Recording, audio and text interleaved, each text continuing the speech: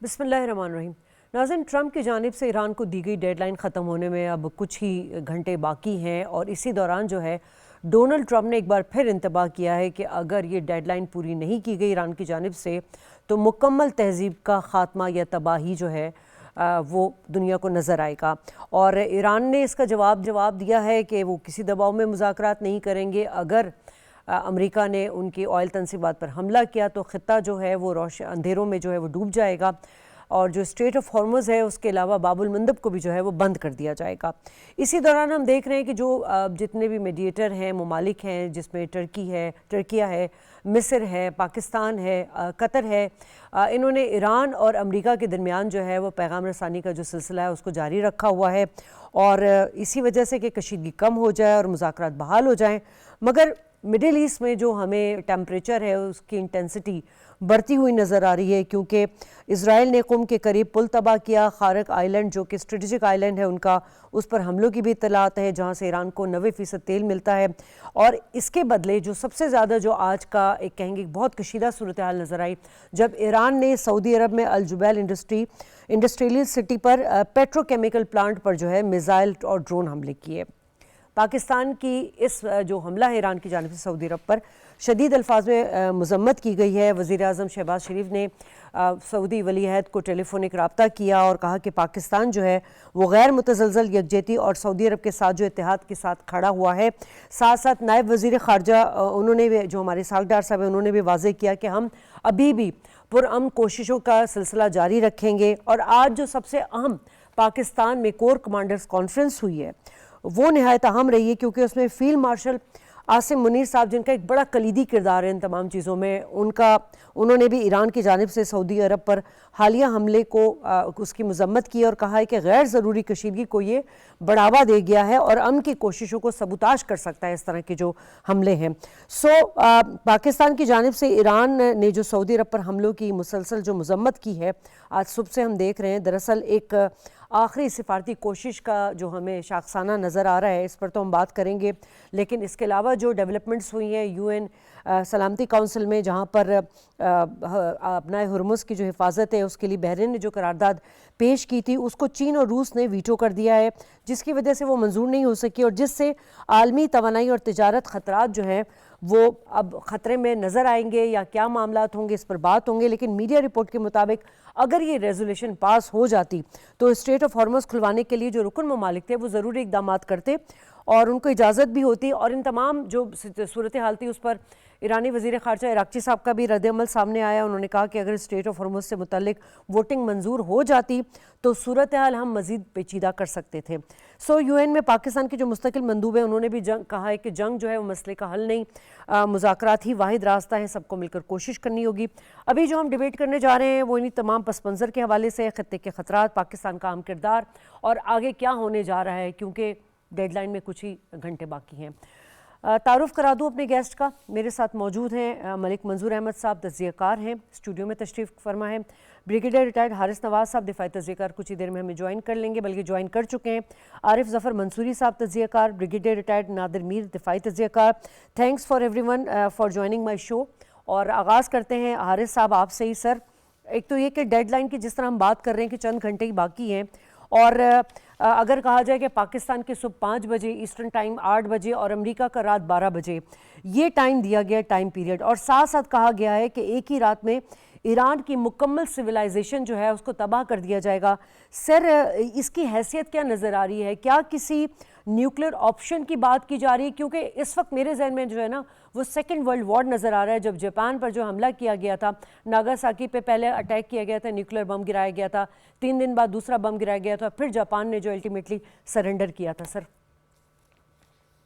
देखिए, बात यह है कि अमेरिका की हिस्ट्री है, देर द वॉर कल्प्रेट्स हैं और पहले भी उन्होंने जापान में भी यही किया और अभी भी थ्रेट यही ज़्यादा स्पेकुलेशन तो यही, अगर आप पूरी तहजीब ख़त्म कर देंगे, मुल्क को ख़त्म कर देंगे, it is only possible with nuclear, nothing nukes, nothing else, but they have tactical nuclear weapons also और वो लोकलाइज्ड एरिया में भी अफेक्ट कर सकते हैं। Let's see what they have to do, but the problem is कि यहाँ पर ये चीज़ एंड नहीं होगी। That's more important. They're sadly mistaken। Chinese में उनके थिंक टैंक तो सुन रहा था, मिस्टर गो जो बड़े मशहूर ओपन कैंडिड डिस्कशन करते हैं, उन्होंने कहा था अगर ईरान पे कहीं ऐसी बात होती है तो rest assure China is saying that Israel will also be decimated. ये इससे एक से निकलते निकलती कहाँ चली जाएगी बात। प्रॉब्लम ये है कि president Trump should understand he is the president of a superpower. He should behave like superpower. He should not behave like आप एक immature और आप यू टर्न लेने के आदी हो, अनप्रेडिक्टेबल हो, अनरिलायबल हो। You can't be like this. It's a very serious affair. आपने पूरी दुनिया को एक क्राइसिस में डाल के रख दिया है। आपने सोचे समझे बगैर नेगोशिएशन चल रही थी, आपने अटैक कर दिए। फिर आप कहते हैं कि मैंने ईरान के वो एयरफोर्स भी ख़त्म कर दी, नेवी भी ख़त्म कर दी, गेम चेंज भी कर दी, उनके जो मिसाइल कैपेबिलिटी वो भी कर दी ख़त्म, न्यूक्लियर कैपेबिलिटी ख़त्म कर दी। तो what else you want? That's what you want, you have come for it. तो अभी आप क्या चाहते हैं? बात यह है कि आपको कहीं पर रिजनेबल होने की ज़रूरत है। आप ये तो कहें कि ईरान सरेंडर कर दे, क्या उनकी हिस्ट्री, उनकी जो रेजिलियंस है जो उन्होंने दिखाई है, दैट मीन्स कि वो सरेंडर कर देंगे? दे आर फाइटर्स, उनकी पर्सनल हिस्ट्री है बहुत ज़्यादा। इस कॉन्टेस्ट में मेरे ख्याल में ये, और मुझे बड़ी उम्मीद है कि जिस तरह पाकिस्तान ने इतनी कोशिश की है, फिर हिमाचल से ज़्यादा से उम्मीद है, और साथ 3 ममालिक ने, तुर्की ने और इजिप्ट ने और सऊदी अरब ने, आई थिंक ये कहीं ना कहीं, और भी अभी उनकी लैंग्वेज में काफ़ी फ़र्क भी आया है। एक तरफ कहते हैं मैं तहजीब ख़त्म कर दूंगा, फिर कहते हैं कि रजीम, ये नई रजीम है, ये बड़ी फेवरेबल है, I have respect for him, और मुझे जो उम्मीद है कि कर लेंगे। और फिर हम ये कहते हैं हमने ये भी आपके सामने वो सब बातें वो करेंगे, हमें टारगेट अचीव कर लेंगे। अगर टारगेट अचीव कर लें, that mean you want to save face saving. So आप अगर कहीं ना कहीं जाके जंगबंदी की बात करते हैं और उसके बाद बैठ के मुज़ाकरात होते हैं, दैट्स द वे। आप पहले हमेशा कॉन्फिडेंस बिल्डिंग मेजर करते हैं, आप उसके बाद जनरली आप बिजनेस फ्रेंडली एनवायरनमेंट्स क्रिएट करते हैं ताकि आप डिस्कशन अच्छी हो, and then you sit down and talk it out. आप मार के ख़त्म करके हमने क्या डिस्कशन करनी है? इसलिए मेरे ख्याल में, मुझे तो उम्मीद है कि इस वक्त, और ये ईरान का दरीना, इजराइल का दरीना ख्वाब है। जिस तरह इसराइल ने ईरान पे हमला किया, ईरान ने जाके उनके अबू जुबैल एरिया पे जाके अटैक कर दिया, जो सबसे उनकी जूल है इस वक्त बिजनेस में, बिजनेस हब है पेट्रोकेमिकल। वो अब ये नहीं पता कि ईरान ने किया है या किसने किया है, कुछ स्पॉइलर है, कौन है? Iran should have given a very clear statement कि हमने नहीं किया, किसने किया, स्पेलिंग किया, वो उन्होंने नहीं कहा। बट ईरान की, इसराइल की ख्वाहिश है कि कहीं किसी तरीके से सेक्टेरियन क्लैश भी हो जाए, ईरान और मिडिल ईस्टर्न कंट्रीज आपस में लड़ भिड़ के अपने आप को तबाह कर लें, और इसराइल का जो एक दरीना ख्वाब है ग्रेटर इसराइल का, वो पूरा हो। इसके लिए पाकिस्तान ने ईरान को बहुत समझाया, मिडिल ईस्ट कंट्री समझाया, ईरान इसराइल के किंगडम सऊदी ने बहुत ही ज़्यादा मेच्योरिटी दिखाई है। Even today they did not respond. बहुत बड़ी बात है, and we have lot of respect for them. और वो हर मौके पे हमारे साथ खड़े हुए हैं, तो हमारी भी जिम्मेदारी है पाकिस्तान की, और पाकिस्तानी को बताया हुआ है, ऐसी बात नहीं है। But I think sense should prevail on USA. जब आपकी बात हो गई है तो आप कहीं तो ठहरे ना। ये तो नहीं आप कहेंगे जी मैं जंग जीत गया हूँ। कहाँ से जीते हैं आपने? आपको इजराइल अभी मार रहा है, ईरान मार रहा है, मिसाइल भी मार रहा है आपके ऊपर। आज state of Hormuz despite all effort आप नहीं करवा सके हैं। इसका मतलब है कि दे हैव सम स्ट्रेंथ, और ये इसको लाइटली मत लें। पूरी दुनिया इकोनॉमिक क्राइसिस में आ गई है, पूरी दुनिया के एनर्जी क्राइसिस हो गए हैं इस वक्त। बिल्कुल पूरी दुनिया की नजरें ईरान और अमेरिका के ऊपर है, पाकिस्तान की चपाती की तरफ है। Let's see what happens. ठीक है सर। आरिफ मंसूरी साहब, क्या नज़र आ रहा है इस वक्त अमेरिका में? क्योंकि ट्रम्प साहब के जो कॉन्ट्रडिक्शन स्टेटमेंट है, वो कभी कहते हैं अहदाफ हासिल कर लिया है, कभी वो धमकियां लगा रहे होते हैं। वहाँ पर जो अपोजिशन है, जो अवाम है, क्योंकि कल भी उन्होंने जो बात की थी वाइट हाउस में और कहा था कि अमेरिकन जो कि मुखालफत कर रहे हैं इस जंग की, वो फुलिश हैं, और इस तरह की स्टेटमेंट दी थी। वहाँ क्या माहौल नज़र आ रहा है अमेरिका में? जी बहुत शुक्रिया शादी साहबा। यहाँ पर जो है वो यकीनन ट्रम्प को बहुत ज़्यादा मुखालफत का सामना करना पड़ रहा है। जैसा आपको मालूम है कि उनकी मकबूलियत जो है वो ऑल टाइम लो है इस वक्त, 33% से भी अब नीचे आ चुकी है, और 60% से ज़्यादा जो लोग हैं वो यहाँ पर इस जंग के सख्त अगेंस्ट हैं। यहाँ पर बहुत बड़े मुजाहरे हुए उसके खिलाफ, जंग के खिलाफ। आपको जैसे पता है नो किंग्स के मुजाहरे यहाँ पे हुए, जो कि 3100 जगहों पे अमेरिका में, पूरे अमेरिका में 3100 जगह पे तकरीबन 10 मिलियन के करीब लोगों ने इसके खिलाफ मुजाहरा किया। तो ये जो जंग है इसके खिलाफ एक बहुत ज़्यादा जो है वो लोग हैं, और ना सिर्फ ये कि उनके जो मुखालिफ हैं और जो कि ट्रेडिशनली उनके मुखालिफ हैं, बल्कि अब जो उनके जो साथी थे, जो मेगा मूवमेंट के लोग हैं, वो भी अब उनके अगेंस्ट होते जा रहे हैं। लेकिन शाहिद साहब, आज का दिन इस जंग का सबसे ख़तरनाक तरीन दिन है। अच्छा, अब खारिक पर हमला हो चुका है, जैसे आपने फरमाया, खलीजी तनसीबात जल रही हैं, इस्तांबुल में इसराइली कौंसल खाने पर फायरिंग भी हुई है आज, और ट्रंप की डेडलाइन में अभी चंद घंटे बाकी हैं और मुज़ाकरात चल रहे हैं, लेकिन माहदे के इम्कानात, इट्स अ लॉन्ग शॉट। तो इस वक्त सूरत हाल जो है वो निहायत गंभीर है, और अगर जो है वो अगले चंद घंटे में कोई नतीजा खेज, मानी खेज निगोशिएशन नहीं होते, तो इस बात का बहुत ख़तरा है कि जो है सदर ट्रंप की जो धमकी है कि वो ईरान को स्टोन एज में पहुंचा देंगे, उसका एक बहुत बड़ा ख़तरा यकीनन मौजूद है। और इस वक्त यकीनन बहुत तंदही के साथ सफारती कार्रवाई हो रही है, और पाकिस्तान इसमें एक निहायत कलीदी किरदार अदा कर रहा है। जेडी वैंस वाइस प्रेसिडेंट और स्टीव विटकॉफ के साथ उनके रवाबित हैं। साथ में जैसे आपको पता है फील्ड मार्शल आसिम मुनीर पूरी रात वो उनके साथ निगोशिएशन में रहे। वो ईरान के वज़ीर ख़ारजा के साथ भी और अमेरिका के भी जो वाइस प्रेसिडेंट और स्टीव विटकॉफ के साथ पूरी रात निगोशिएशन में रहे। तो मैं ये समझता हूँ कि हालात निहायत गंभीर हैं, और अगले चंद घंटे, चूँकि जो डेडलाइन है वो आज रात 8 बजे है, जो कि अब चंद घंटे ही बाकी रह गए हैं यहाँ पे। तो देखिए कि क्या होता है। ठीक है मलिक मंजूर साहब, जिस तरह हम शुरू से देखते हुए आ रहे हैं, पहले तो ईरान ने जो ऑयल तनसीबात थी, जो अटैक हुआ था सऊदी अरब पे, उसको उसने डिनाई कर दिया था कि हमने ये अटैक नहीं किया है। लेकिन इस वक्त जिस तरह से आज ईरान के सऊदी अरब में अटैक हुआ है उनके ऑयल तनसीबात पे, तो उसको लेकर आप क्या समझ रहे हैं कि ईरान ने ये क्यों किया, और उसको एक्सेप्ट भी कर रहा है कि हमने किया है। दूसरी बात यह है कि अब पाकिस्तान, जो कि सऊदी अरब के साथ दिफाई मुआहदा है, उसकी रोशनी में आप क्या समझ रहे हैं कि हालिया हमलों के बाद पाकिस्तान की जो खारजी पॉलिसी है या अस्करी मौक़िफ़ है, वो किस हद तक पायदार और मौसर है? जी बहुत शुक्रिया शाहिद साहब। देखें, इस क्रिटिकल टाइम पर ईरान की तरफ से सऊदी अरब की तेल तनसीबात और तवानाई इंफ्रास्ट्रक्चर पर हमला जो है उस समय से बलता रहे। एक तो इट्स टोटली अनकॉल्ड एंड अनप्रवोक्ड और इंतहाई गैर ज़मज़राना है। उसकी वजह यह है कि जब सफारती और सियासी कोशिशें बहुत मुतहरक और फ़ाल अंदाज में Pakistan as a facilitator, as a mediator कर रहा है, और पाकिस्तान की सियासी और अस्करी क़यादत, जिस तरह हमारे कुलीग कह रहे हैं कि दुनिया के मुख्तलिफ ममालिक के जो हेड ऑफ स्टेट्स हैं, जो स्टेक होल्डर हैं, उनके साथ रब्ते में हैं, और कॉन्स्टेंटली पाकिस्तान डी एस्केलेशन के लिए बहुत ही एक मुतहरक किरदार अदा कर रहा है। ऐसी नाजुक सूरत हाल में ईरान की तरफ से इस तरह का हमला किया जाना, यकीनन उसने जो एक फ्रेमवर्क बनाया जा रहा है अमन के लिए, इस्तेहकाम के लिए, उसको सबोताज करने और उसको नुकसान पहुँचाने के लिए ये इस हमले ने बहुत एक मनफी किरदार अदा किया है। और उसकी वजह से हम देख सकते हैं कि हमारा एक डिफेंस पैक्ट है सऊदी अरब के साथ, जिस तरह आपने कहा है, और हमारी सियासी और अस्करी क़यादत ने आज बड़ा और आपको याद होगा कि ईरान पर हमले के सबसे पहले पाकिस्तान ने मजम्मत की थी। उसके बाद जब सऊदी अरब के साथ ये मामलात हुए थे हमले के, तो पाकिस्तान उसमें दरमियान में आकर उसने ईरान और सऊदी अरब के दरमियान जो है वो एक सालिसी का किरदार भी अदा करा, मेक श्योर किया कि कोई हमला नहीं होगा सऊदी अरब की जानिब से ईरान पर। देखिए, पाकिस्तान ने बतौर स्टेट शायद ये बहुत एक ज़मज़राना किरदार अदा किया है, और एक बड़ा मुतवाज़न हमारी खारजा पॉलिसी है।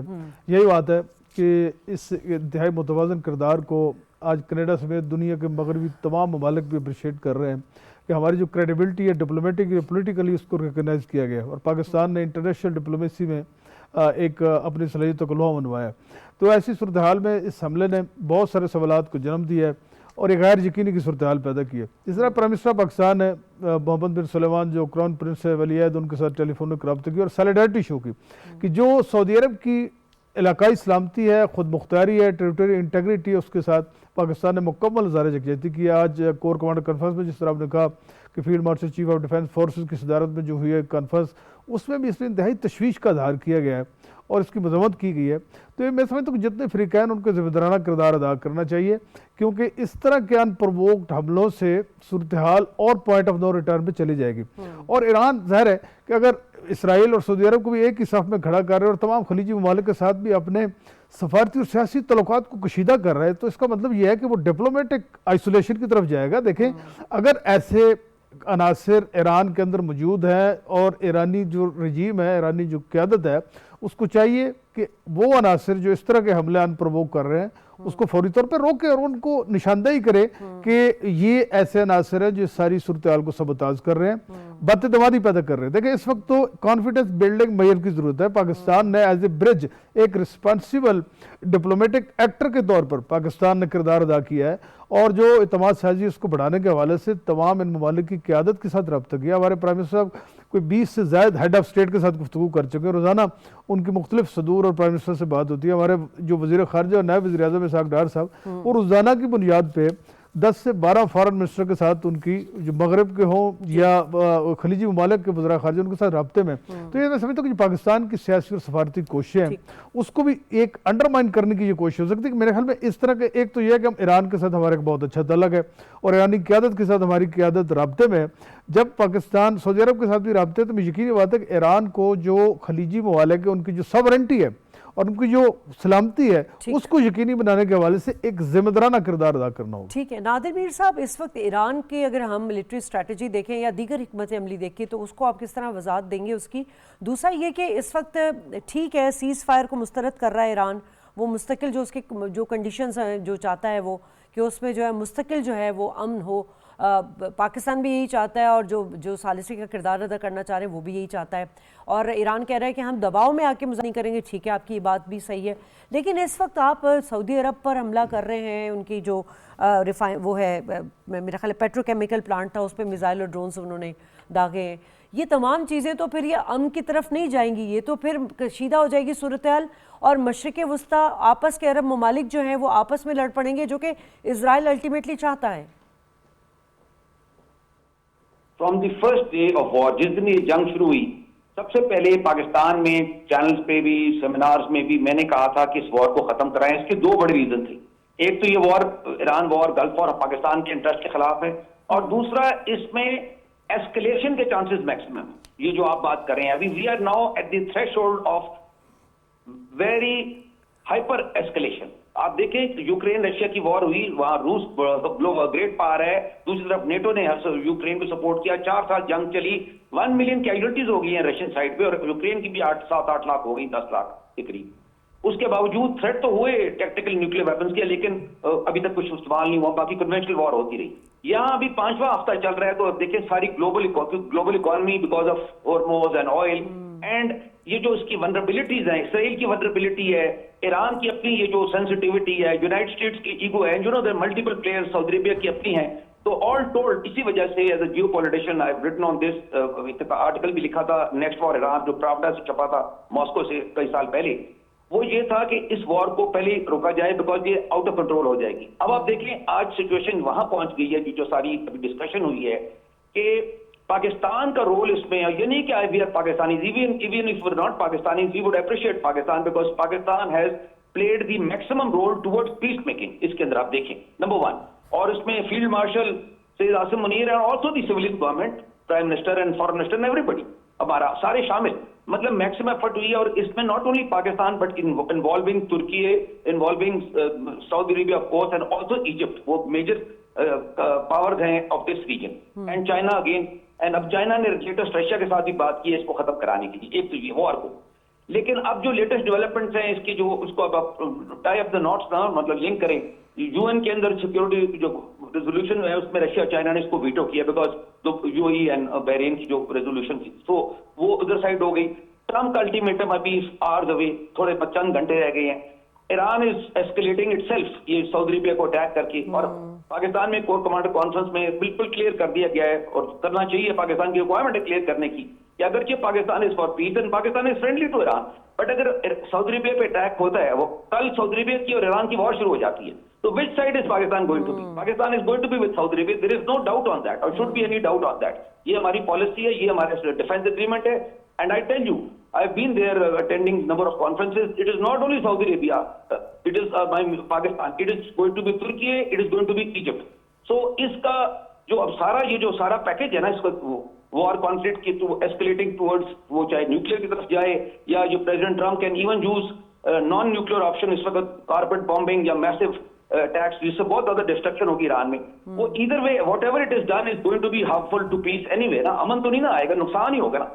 तो कहने का मतलब ये है कि इसका एक ही हल है, इसमें Iranis will have to tone down also, मतलब this is my opinion, I am very clear in this and I said it this, I advise the government and state of Pakistan also. इसी ये हमारी हुकूमत बहुत, हमारी जो core commander conference clear message to Iran also, क्या अब unlimited अगर वो और अटैक्स करते हैं, अभी तक तो सऊदी ने स्टेट दिखाया है, कल लड़ाई शुरू हो जाती है तो फैल गई ना फिर तो, then eventually you will have. बिल्कुल सही बात है। और हारिस साहब, यही खदशा नजर आ रहा है कि अगर ईरान की जानिब से खित्ते में मजीद कोई अस्करी कार्रवाई या इस तरह के हमले किए गए तो पाकिस्तान के लिए अपना दिफाई और जो सिफारती एक जो वादे किए गए हैं उनको बैलेंस करने के लिए कितना बड़ा चैलेंज होगा पाकिस्तान के लिए? देखें, पाकिस्तान की हुकूमत, पाकिस्तानी मुसल्लह फ़ौज, दे आर वेरी क्लियर, और वो यही कि हमारा स्ट्रेटेजिक दिफाई मुआहदा है सऊदी अरब के साथ, हर मुश्किल वक्त में वो हमारे साथ खड़े हुए हैं। लाइकवाइज पाकिस्तान की हुकूमत, पाकिस्तान के अवाम, पाकिस्तान की मुसल्लह फ़ौज अपने सऊदी बहन भाइयों के साथ हर वक्त खड़े होंगे, और ये भी उनके लिए वो भी वही बात है कि हरमैन शरीफैन की हिफाजत करना हर मुसलमान के लिए एक हकीकत की बात है, इस पर तो कोई डाउट नहीं है। लेकिन ये वो लड़ाइयाँ नहीं है कि आपने फौजें भेजनी है, एक दूसरे के मुल्कों में अटैक कर देनी है, it's a fifth generation war, उसमें Pakistan going to be with them all the time. लेकिन ईरान को समझना चाहिए कि आपने किस कॉन्टेक्स्ट में जाके, आपने पेट्रोकेमिकल उनके जो इलाका है यहाँ पर जाके आपने मिसाइल ड्रोन फायर किए हैं, I mean you want to escalate. ये तो स्वाइलिंग वाली बात है कि जी मुआहदा ही ना हो। जो पाकिस्तान इतनी मेहनत की है, दिन रात मेहनत की है, आप भी फील्ड मार्शल पर ट्रस्ट करते हैं, अमेरिकन प्रेसिडेंट भी उनका वाइस प्रेसिडेंट ट्रस्ट करता है, they are in communication with him. This is the time to have confidence building made to an extend कि कंड्यूसिव जो है वो आप इन्वायरमेंट क्रिएट करें, फ्रेंडली इन्वायरमेंट क्रिएट करें, तो sit down and talk it out rather creating और problem. और फिर आपको अपने आवाम की भी फिक्र होनी चाहिए। I mean Iran must understand कि जो अमेरिका जो है सुपर पावर, आपको नुकसान तो पहुंचा सकता है, आपको बहुत स्ट्रक्चरल डैमेज कर सकता है, जो कुछ वो कह रहा कर सकता है। व्हाट वी कैन, आपने अगर आके इसके ये तो ये कहें कि हम इजराइल को नेस्तो नबूद कर देंगे, आई एग्री, बट अगर आप जेद कहते हैं हम खलीज में जाके करेंगे, what do you want to gain? You want to give a very easy plate में रख के केक देने जाते हैं, ये ले जी आपको हम ग्रेट इजराइल बना के लिए दे दिया, क्योंकि हमने इधर ईरान भी फारिग हो गया, मिडल ईस्ट की कंट्रीज के हमने ऑयल भी उड़ा दिया, गैस भी उड़ा दी, उनके डिसैलिनेशन प्लांट भी उड़ा दिए, उनको तबाही कर दी, पैसों का अमेरिका में फंसा हुआ सारा, और इजराइल। ये तो you have to think over it. हाँ, अगर आप ये सारी एनर्जी इजराइल पे लगाते हैं, आज आपने जो मारा है ये आप इजराइल में क्यों नहीं मारा? इजराइल को और मारते हैं, जितना मर्जी मारे, the whole Muslim world will be happy के जब आप कर रहे हैं। तो आपको ड्रॉ करनी है लाइन, और इस वक्त अभी भी वक्त है आपके लिए कि अगर आपको एक ऑनरेबल ये चाल मिल रहा है कि जी temporary cease fire and temporary इसको खोल दें स्टेट ऑफ हॉर्मुज़ को, then sit down patch up, और फिर सालिसी पाकिस्तान करता है और बैठ के मुज़ाकरात कॉल करें, और कोई प्रॉब्लम नहीं है। ईरान, अमेरिका की क्या डिज़ायर है? न्यूक्लियर ख़त्म, वो आप पहले ही एक्सेप्ट कर रहे हैं, स्टेट ऑफ हॉर्मुज़ खोल देंगे, वो भी आप एक्सेप्ट कर रहे हैं। यही दो पॉइंट्स उसके जो थे उसके। तीसरा जो न्यूक्लियर ये रिलेटिवली खत्म करेंगे, वो उस पर डिस्कशन हो सकती है कि आप चाहिए नहीं, we can't do as long as Israel के पास भी तो न्यूक्लियर ये वेपन है, सारे मिसाइल हैं, तो we have a threat from it. हाँ, एक ईरान को चाहिए गारंटी, कोई अटैक नहीं करेगा, बिल्कुल गारंटी मिलनी चाहिए। ईरान कहते हैं जी मेरी न्यूक्लियर कैपेबिलिटी खत्म कर रहे हैं और मुझे IAEA चेक कर लेते हैं, then please lift sanction, economic sanction खत्म कर दें। ये भी उनको जायज़ पॉइंट है, बिल्कुल ठीक है, कोई डाउट नहीं है। और उसके बाद अगर ये सारी कैपेबिलिटी खत्म हो गई, अमेरिका को चाहिए कि अपनी सारी एट उठा के मिडिल से उठा के ले जाए। अब क्या problem, why you want to parallel Iran, जब वो सारा कैपेबिलिटी खत्म हो रही है, इससे आपने सारे खलीज को मुसीबत में डाल कर रख दिया, उनको प्रोटेक्शन भी नहीं की। वो बल्कि खुद ही कहेंगे मेरे ख्याल में, जो उठाए यहाँ से आपने हमारा $3 ट्रिलियन खर्च भी करा दिया, और आपने जाके हिफाजत की है इजराइल की, हमारे लिए तो आपने कुछ नहीं किया। तो ये एक बड़ी कॉम्प्लिकेटेड इशू है, इसलिए पाकिस्तान बहुत अच्छा किरदार अदा कर रहा है। This is the God given opportunity, 4 Islamic वाले कर रहे हैं, इनको समझें, टेम्पररी सीज फायर कराएं, स्टेट ऑफ हॉर्मूज को लें, दो चीजें करें, उसके बाद आप बैठ के 1 महीना लें, 30 दिन लें, बैठ के फाइंड वे आउट एंड कहीं ना कहीं एक मुआहदा करके जो दोनों के लिए विन विन सिचुएशन हो and find a best solution. That's our way forward. ठीक है आरिफ साहब, अभी हम जो बात कर रहे हैं कि पाकिस्तान ने बड़ी सख्त मजम्मत की है जो ईरान ने सऊदी अरब पर हमला जो किया है, जो मिसाइल और ड्रोन मारे हैं, आप क्या समझ रहे हैं? जिस तरह मैंने पहले कहा कि ये पाकिस्तान ने मजम्मत करके एक मैसेज दिया ईरान को कि भाई हम अभी भी जो है ना सिफारती कोशिशें बहाल रखना चाहते हैं, और तेहरान को वाज़ेह पैगाम दिया ये कि अगर आपने मतलब इस तरह के हमले जारी रखे तो इस्लामाबाद का एतमाद भी खोया जा सकता है, और यकीनन जो खित्ते में ताकत के तवाज़ुन को मज़ीद जो है वो ईरान के ख़िलाफ़ जो है वो होता हुआ नज़र भी आएगा। ये तमाम चीज़ें ईरान इस वक्त समझ नहीं रहा। ईरान बका की जंग तो लड़ है, और ईरान की जो हिकमत अमली रही है उसको तो तमाम आलमी जो तज्जिया कर रहे हैं इस पर वो यही कह रहे हैं कि हिकमत अमली बहुत अच्छी रही है। स्ट्रेटिजिकली भी देख लें आप, मिलिट्री भी देख लें, और जिस तरह से ईरान ने अमेरिका और इज़राइल को जवाब दिया है। अब सवाल यहाँ ये आता है कि ईरान क्यों दीगर ऑप्शंस पर जाने को तैयार नहीं है? यानी कि बात वही है, वो गारंटी चाहता है कि अमेरिका दोबारा जो है वो इस तरह की, यानी कि वो मुकम्मल जंग का खात्मा चाहता है, वो तमाम सेंक्शंस ख़त्म करवाना चाहता है। ये तमाम चीज़ें तो ठीक है, लेकिन कहीं ना कहीं तो मुज़ाकरत पर आना पड़ेगा ईरान को। जी आपने सही फरमाया। देखिए ईरान जो है वो उसको पता है कि वो ये जंग जीत नहीं सकता। अमेरिका और इसराइल जो हैं वो बहुत बड़ी अस्करी और इक़्तिसादी क़ुव्वत हैं, सारी दुनिया को पता है। तो ईरान की जो स्ट्रेटजी है वो सिंपली ये है कि वो उनको जितना ज़्यादा से ज़्यादा नुकसान पहुंचा सके वो उसकी कोशिश कर रहा है, और उसी ज़मन में वो एक स्ट्रेटजी फॉलो कर रहा है कि जहाँ पे भी अमेरिका के बेसिस हैं, जहाँ से उसके ऊपर हमला हो रहा है, जो भी इस हमले को सपोर्ट कर रहे हैं वो उनको निशाना बना रहा है। मगर आप ये देखिए कि ईरान जो है वो बहुत एक रिस्ट्रेंट के साथ अपनी ये जंग लड़ रहा है। आप देखिए कि ईरान ने जो इसराइल ने उसकी अस्करी इंस्टॉलेशंस पे हमला किया, ईरान ने जवाबन अस्करी उस पे इंस्टॉलेशन पे इसराइल की हमला किया। इसराइल ने उनके इंफ्रास्ट्रक्चर पे हमला किया, ईरान ने जवाबन हमला किया। हर चीज़ पे ईरान ने उनको तुर्की ब तुर्की जवाब दिया। लेकिन आप ये ज़रा देखिए कि इसराइल ने ईरान की सबसे पहले दिन ही जो है वो मिनाब पे हमला करके 168 बच्चियां जो हैं वो प्राइमरी स्कूल की उनको शहीद किया, और उसके साथ 15 उनकी टीचर्स थी। और उसके अलावा आज का वाक़या है कि इसराइल ने जो सेनेगाग है, यहूदी सेनेगाग के ऊपर हमला किया। मगर आप ये देखिए कि ईरान ने इसके जवाब में किसी स्कूल, यूनिवर्सिटी, दरसगाह पे हमला नहीं किया, किसी मजहबी उसके उस पे तंसीब पे हमला नहीं किया। तो हालांकि ईरान जो है वो इसराइल को, अमेरिका को जवाब दे रहा है और बहुत सख्त जवाब दे रहा है। हालांकि जो क्लेम है वो ये है कि ईरान की तमाम जो अस्करी सलाहियत है वो ख़त्म हो चुकी है। 150 बहरी जहाज़ ख़त्म हो गए हैं, और 13,000 से ज़्यादा जो है उनकी उसके ऊपर अटैक हुआ है। लेकिन उस सब के बावजूद हम ये देख रहे हैं कि ईरान जो है वो आज भी बहुत तंदही से उस ऑफेंसिव का जवाब दे रहा है, और हमला जो है वो अभी भी उसकी, हालांकि ये कहा जा रहा है कि उसकी सलाहियतें सब खत्म हो गई हैं, लेकिन अभी भी जो है वो बाकायदगी से जवाब दे रहा है। ठीक है मलिक मंसूर साहब, अगर इजराइल के हवाले से बात की जाए तो वहाँ पे भी हमें उनके अपने मुल्क में भी हमें प्रोटेस्ट करते हुए नज़र आए। दुनिया में तो अमेरिका के ख़िलाफ़ जो अमेरिका के अपने अंदर इतना प्रोटेस्ट किया गया है इस जंग को लेके, क्योंकि 4 खरब पाकिस्तानी जो है वो तकरीबन रोज़ाना का ख़र्चा हो रहा है अमेरिका का इस जंग में। गालिबन आप तस्सीह कर दीजिएगा इसकी। दूसरा ये कि इस वक्त जो है ना इजराइल में भी सियासी बयानी शिद्दत इख्तियार करता जा रहा है। नेतन्याहू ने इतवार को भी ट्रंप को कॉल करके यही कहा था कि किसी भी तरह आप लोगों ने जो सालिसी ममालिक हैं इनके साथ मुज़ाकरात की बात नहीं करनी। वो चाहता ही नहीं है कि सीज़ फायर और मुज़ाकरात हो और कोई इस तरह का अमन कायम हो, चाहे वक्ती ही सही। ये तमाम चीज़ें लेकर इस वक्त जो सालिसी का किरदार अदा करने वाले ममालिक हैं वो क्या सोच रहे हैं, उनकी अगली स्ट्रैटेजी क्या होगी?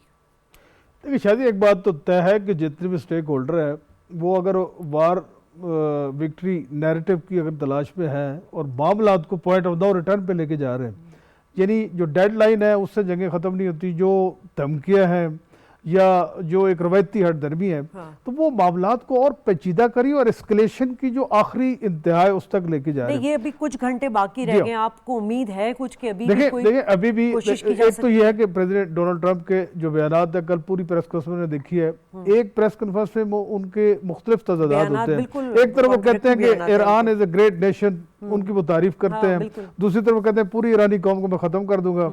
एक तरफ वो कहते हैं कि जी हमने उनकी बैरिया खत्म कर दी, फिजाइया खत्म कर दी, ये खत्म कर दिया, दोबारा वहां से मिसाइल हमले हो रहे होते हैं। तो उनका एक तो बदलता हुआ जो बयानिया है, और दूसरा यह है कि इतनी एक अनपॉपुलर ये जंग है कि इसको कोई भी जो है इसकी ओनरशिप या कोई इसकी हमायत में नहीं है। यानी कि ये जंग एक लिहाज से थोपी गई है, मुसलत की गई है, और अब वो मुसलत करके डोनाल्ड ट्रंप भी लगता है एक बंदगली भी बंद कर, उनका भी एक पॉलिटिकल एक सियासी सर्वाइवल का मसला बन गया कि वहाँ भी 60-70% जैसा मंसूर साहब कह रहे हैं कि लोग जो है उनके खिलाफ है, उनकी पॉपुलरिटी लेवल बहुत नीचे आ गए। इसी तरह जो नेतन्याहू है वो भी अब वहाँ अपने ऑफिस से या घर से निकलने वहाँ बाहर नहीं निकल सकते, वहाँ भी आप देख सकते हैं कि उनको भी नाकाबिल तराफी नुकसान पहुँचा है। वहाँ जो हमले किए हैं ईरान ने, और उन्होंने जो एक मजबूत एक दिफाई जो एक मुजामत है उसका जो सामना किया ईरान ने, तो एक डिटर्मिनेशन तो उनकी भी है, और वो भी जो एक ताकत का जो असर है उसको बरकरार रखना चाहते हैं। लेकिन देखिए तमाम जो जंगें हैं, जो मसाइल हैं, जो इलाकाई तनाज़ात हैं, वो ताकत के जरिए तो हल नहीं होने। एक दिन तो डायलॉग, डिप्लोमेसी और कॉन्फ्रेंस जो बिल्डिंग मैयर है उसको आगे बढ़ाना होगा, और जब तक अफ्रीकन अपने मौक़िफ़ में फ्लेक्सिबिलिटी नहीं दिखाएंगे और जो सालसी की कोशिशें हैं उसको मटीरियलाइज करने के हवाले से किसी बैलेंस फ्रेमवर्क पे एग्री नहीं होंगे, तो इसका मतलब यह है कि मामला तो फिर पॉइंट ऑफ नो रिटर्न भी जरूर जाएंगे। और इसकी पूरी दुनिया आप देख सकते हैं कि खलीजी रियासत से लेकर एशिया तक तमाम जो ममालिक हैं, उनकी जो इकानमी है, जो उनकी गुजरगाह है, जो बहरी रास्ते हैं, जो एविएशन इंडस्ट्री है, टूरिज्म इंडस्ट्री है, तमाम जो तजारती मुआहदे हैं, वो तमाम के तमाम जो है वो डेफिसिट का शिकार है। तो इस एक को मुल्क इससे मुतासर नहीं है, बल्कि पूरी दुनिया इसकी लपेट में आ गई है।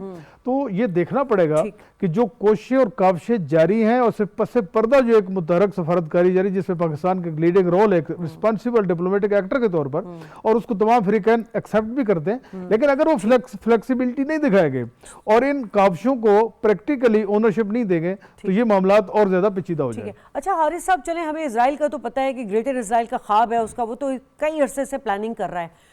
डोनाल्ड ट्रंप को इस जंग में कूद कर क्या मिला? मतलब एक तरफ तो वो पीस नोबेल इनाम के लिए नॉमिनेट किए जा रहे थे और जंग को वो प्रेफर ही नहीं करते थे, वो जंग रुकवाने की बात करते थे। क्या मिला उनको ये तमाम चीज़ों में पढ़कर? उनको ये कि जो इजराइल के साथ मिलके इजराइल ने उनको उकसाया, उनको लेके चले, and he want to bring के जी मैंने देखें हमेशा के लिए एक ईरान से न्यूक्लियर का थ्रेट ख़त्म कर दिया, उसको कमज़ोर कर दिया, और एक सेल्फ प्रोजेक्शन को आपको पता ही उनको आदत है करने के लिए, उसके लिए, और फिर एक अनप्रेडिक्टेबल, अनरिलायबल, और ख़ास तौर पे जिसको एक पॉपुलैरिटी की बात हो, वो इन चीज़ों को नहीं देखता, वो देखते हैं मेरा ग्राफ कहाँ पे जा रहा है।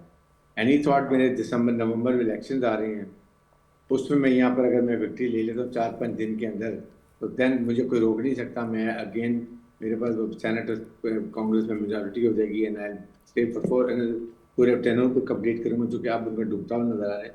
ये उनके आसात थे। और then he is not realizing कि अभी भी वक्त है, अभी भी आप अगर इस वक्त देखें तो जिस तरीके से वो फंस चुके हैं ना, वॉर में आपकी जब लड़ाई होती है तो आप स्ट्रैटेजी बनाते हैं, एग्जीक्यूट करते हैं, फिर उसके बाद आप एग्जिट स्ट्रैटेजी बनाते हैं कि वॉर टर्मिनेट कैसे करनी है और किस स्टेज के ऊपर करनी है, उसके मैंने क्या टारगेट्स हमारे क्या होंगे। दे इज नो प्लानिंग। और मेरे ख्याल में उनका स्टाफ भी अगर देखें तो मुझे तो लगता है कि दे वेरी इमेच्योर पीपल।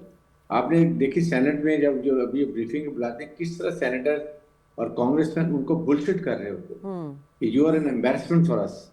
ऐसी सी बातें वो कर रहे हैं कि ऑनेस्टली कि मैं सरप्राइज की कभी ऐसे नहीं होता कि डिफेंस सेक्रेटरी को या उनके मेन जो डिपार्टमेंट होता है उनके बारे में ऐसी बातें की जाती, इसलिए पता चलता है कि इस वक्त ये वहाँ पर बहुत ही एक कमजोर हुकूमत है, कमजोर वो उनके जो एडवाइजर्स हैं वो उनको एडवाइस ठीक नहीं करें। I think the only person I find responsible is vice president JD, जो मेरे ख्याल में वो बिल्कुल इस पे फेवर में नहीं थे।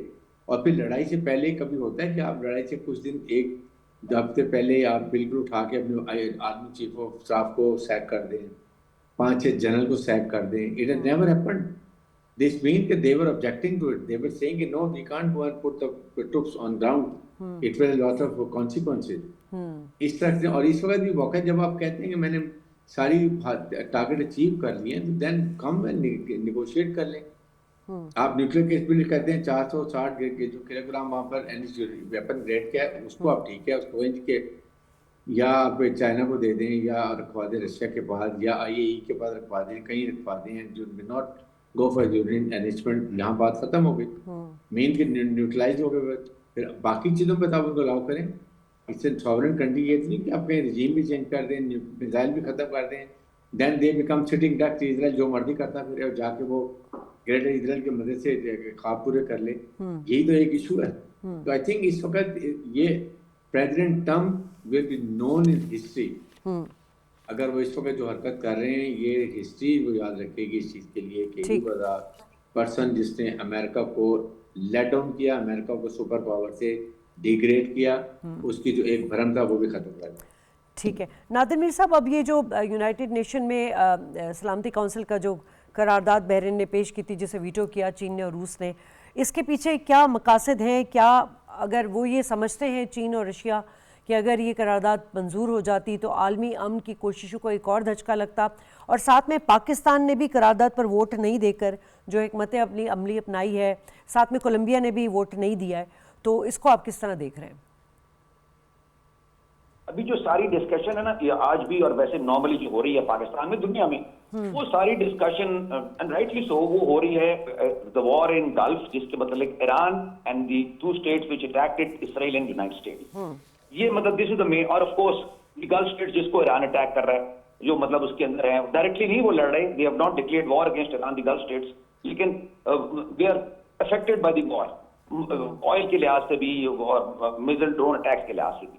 लेकिन जब आप इसको when you see the bigger picture ना, क्योंकि मेरा सब्जेक्ट जियो पॉलिटिक्स है, इसमें बुक्स लिखता हूँ, आर्टिकल भी लिख रहा हूँ उस पर लंबा चौड़ा गल्फ इस पे गल्फ वॉर पे, वो ये है कि एक्चुअल वॉर जो आप देखें ना, तो खाली वॉर आपने सवाल पूछा था कि जी अमेरिका ने क्या हासिल किया ईरान पे अटैक करके, वो भी मैं साथ एक्सप्लेन करूं। एक तो उन्होंने ये हासिल किया जो बेसिक लिमिटेड एम था ना, ये भी मैं जरा साथ बता दूं। अमेरिका का देखिए एक मिनिमम एम होता है और एक मैक्सिमम एम होता है जंग में या किसी भी जगह पे। Minimum aim America has already achieved in this war, Israel has also achieved and interestingly Iran has also achieved. अब ये जरा आपको आयरॉनिक लगेगा, अजीब लगेगा, पर आप सुन लीजिए।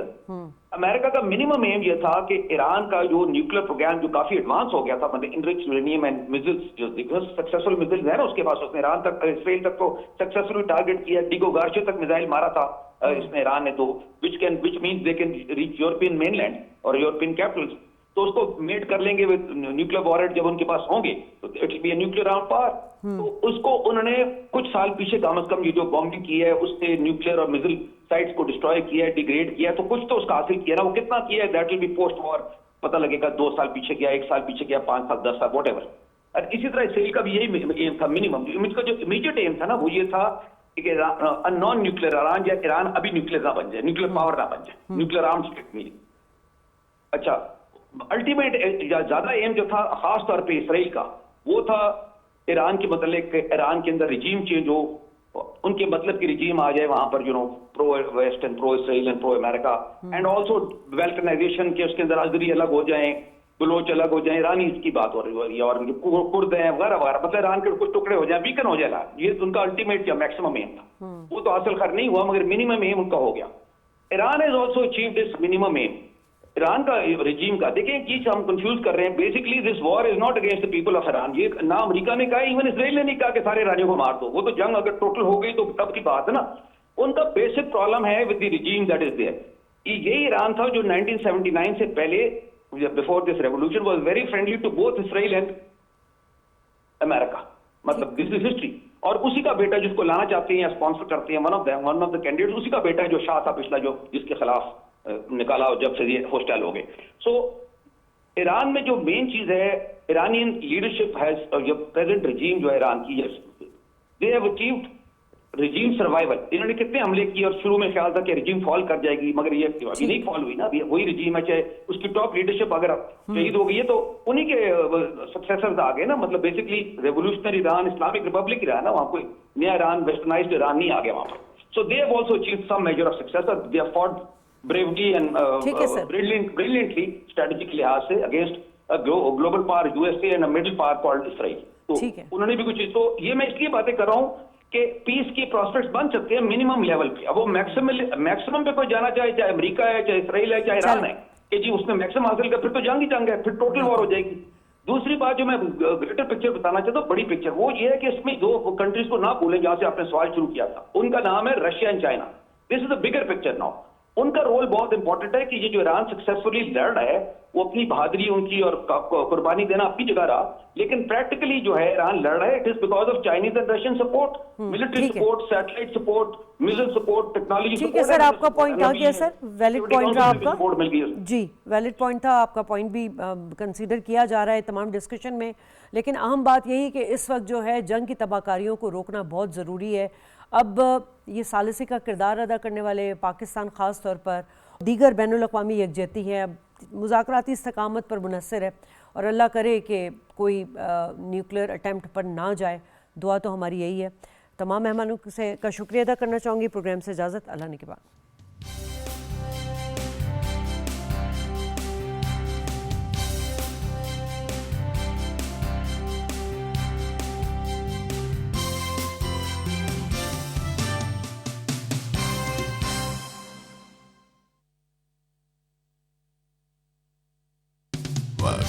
बार बार